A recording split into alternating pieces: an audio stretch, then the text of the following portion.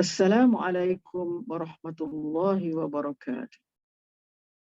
Tazkirah untuk hari yang ke-12 bertajuk Peluang Mendapat Keampunan yang Disia-siakan. Waktu yang paling baik untuk minta ampun dengan Allah ialah ketika berbuka. Namun, ramai manusia yang tidak ambil peduli tentang waktu keemasan ini. Mereka lebih sibuk dengan perkara lain dan mengabaikan perintah dan saranan Allah untuk menadah tangan memohon keampunan darinya. Bukannya susah, kerana yang penting daripada taubat dan memohon keampunan itu ialah mengaku berdosa, tahu kesalahan yang dilakukan dan berazam tidak mau melakukannya lagi. Memohon keampunan itu penting kerana manusia tidak sempurna. Biar dia ada suatu kelebihan, ia turut memiliki berbagai kelemahan.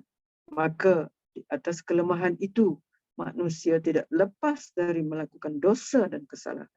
Cuba tunjukkan manusia mana yang tidak melakukan kesalahan dan dosa. Namun, tidak ramai manusia yang sedia mengakui dosa dan salah silapnya. Malahan, mereka susah untuk menyenaraikan kesalahan dan dosa yang kerap mereka lakukan, tetapi mudah saja menyenaraikan kesalahan orang lain. Bagaikan nampak kuman di seberang laut, tetapi gajah di hadapan mata tidak disedari. Begitulah lumrah manusia. Jari telunjuk mudah dihalalkan untuk menunjukkan kesalahan orang lain, tetapi tidak ditunjukkan kepada mukanya. Mengakui kesalahan adalah sebuah kesedaran tentang erti tanggungjawab sebagai seorang manusia. Ia berbeza dengan tahu kerana ramai manusia yang mempunyai pengetahuan tetapi tidak mempunyai kesedaran. Ramai manusia yang tahu untuk melakukan solat tapi tidak ramai yang menunaikannya. Apatah lagi menunaikannya dengan sempurna.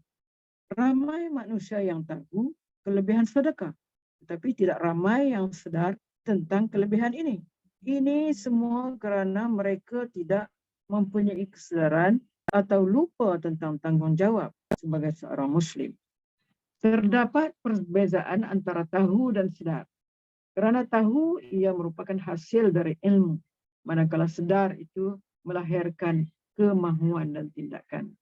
Setakat mengetahui saja tidak cukup, kerana ia memerlukan kepada tindakan yang terhasil daripada kesedaran. Saudara pendengar sekalian, persoalannya, kenapa manusia gagal dan lupa untuk menyedari salah silap mereka? Pertama, sifat angkuh dan sombong. Sifat ini menjadikan manusia gagal tunduk kepada perintah Allah. Justru, tiada sebab bagi manusia sombong ini untuk memperakui kesalahan mereka.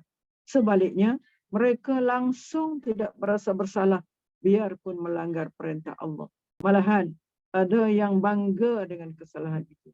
Contoh yang terbaik untuk golongan ini ialah iblis yang telah dinyahkan dari langit kerana keengganannya untuk sujud kepada perintah Adam. Bukan susah untuk menuruti perintah sujud, hanya sujud sahaja. Namun apabila hati sudah berasa hebat dan sombong, protes terhadap perintah Allah boleh berlaku, sama ada secara jelas atau sebaliknya.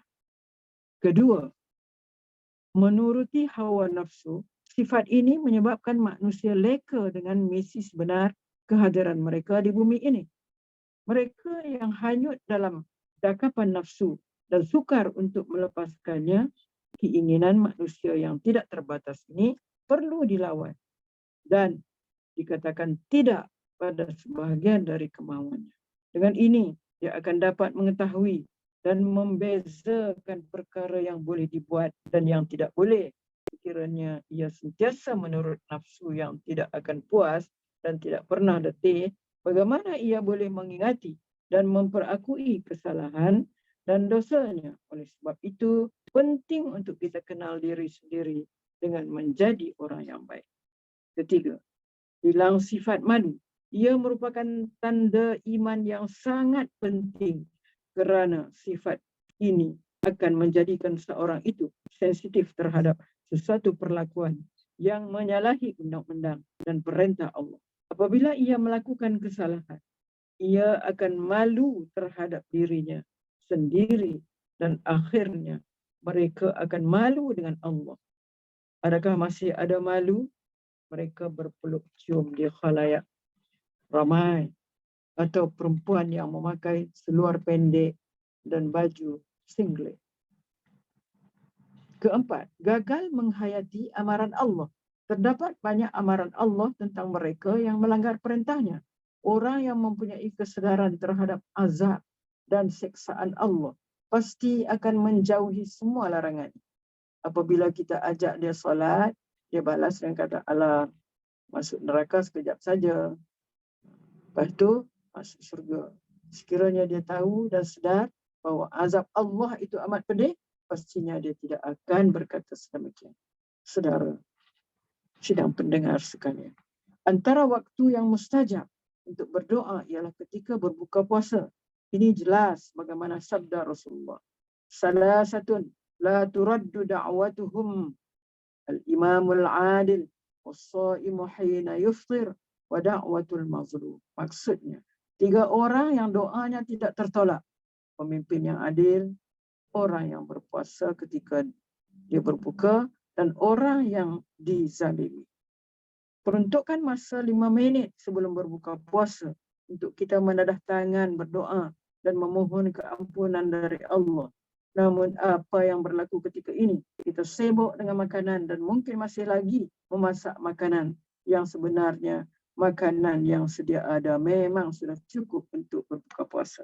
Oleh itu, siapkan makanan dan minuman lebih awal. Jika datang ke masjid dan surau, cari posisi yang baik untuk tidak melepaskan peluang keemasan ini. Kalau di rumah pula, kita sebagai ketua keluarga, janganlah dilepaskan peluang ini. Istighfarlah banyak-banyak.